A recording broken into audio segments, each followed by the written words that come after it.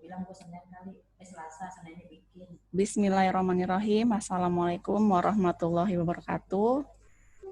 Kelas 11 AKL, semoga kita semua senantiasa diberikan nikmat sehat walafiat sehingga kita dapat melaksanakan segala aktivitas dengan baik.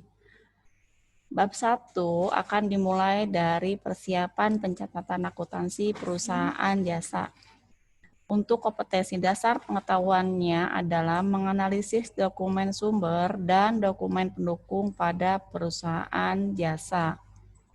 Kompetensi dasar keterampilannya adalah melakukan pengecekan dokumen sumber dan dokumen pendukung pada perusahaan jasa. Adapun tujuan pembelajarannya adalah agar peserta didik mengetahui dokumen sumber dan dokumen pendukung transaksi pada perusahaan jasa. Perusahaan jasa adalah perusahaan yang unit usahanya memproduksi sesuatu yang tidak berwujud dengan tujuan memperoleh keuntungan. Contohnya ojek online. Ada dua jenis dokumen. Yang pertama, dokumen sumber. Merupakan dokumen yang dipakai sebagai dasar pencatatan ke dalam jurnal atau buku pembantu. Dan dokumen kedua adalah pendukung, yaitu dokumen yang melampiri dokumen sumber sebagai syarat sahnya transaksi yang direkam dalam dokumen sumber tersebut. Ini adalah siklus akuntansi, di mana dimulai dari pengumpulan bukti transaksi, lalu mencatat ke dalam jurnal. Selanjutnya, posting ke dalam buku besar, membuat daftar atau neraca saldo, membuat jurnal penyesuaian, dan terakhir menyusun laporan keuangan. Ada dua jenis dokumen perusahaan jasa. Yang pertama, bukti internal. Bukti internal ini dokumen atau bukti transaksi yang berasal dan dilakukan dalam lingkungan perusahaan itu sendiri. Contohnya, memo. 2. Bukti eksternal. Merupakan bukti transaksi yang melibatkan pihak luar perusahaan. Contohnya, kwitansi, faktur, nota kontan, dan nota debit.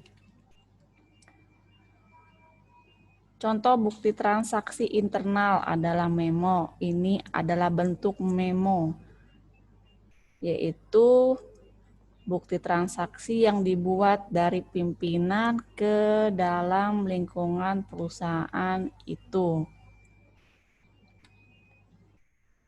Ada kwitansi yang berisi tanda tangan penerima uang dan materainya yang berarti bahwa bukti ini adalah sah.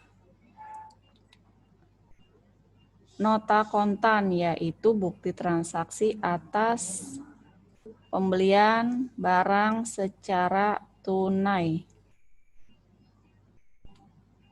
Faktur merupakan bukti transaksi secara kredit atau utang. Lalu ada cek, merupakan surat perintah dari pemegang rekening giro atau penyimpan dana kepada banknya supaya mengeluarkan sejumlah uang yang diberikan kepada pembawa cek atau pihak yang namanya tercantum dalam cek tersebut.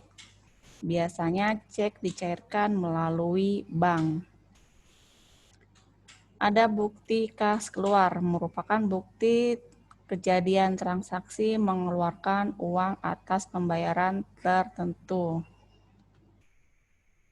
Sedangkan bukti kas masuk merupakan bukti transaksi atas peristiwa penerimaan uang kas yang telah dilengkapi dengan buktinya. Artinya perusahaan mendapatkan pendapatan dari pembayaran tertentu. Sekian dan terima kasih. Materi kali ini sudah selesai. Kita akan bertemu lagi di materi selanjutnya. Apabila ada yang kurang jelas dan kekurangan, mohon dimaafkan. Kita akhiri dengan membaca hamdalah. Wabillahi taufiq wal hidayah. Wassalamualaikum warahmatullahi wabarakatuh. Ini di mana ya di sini?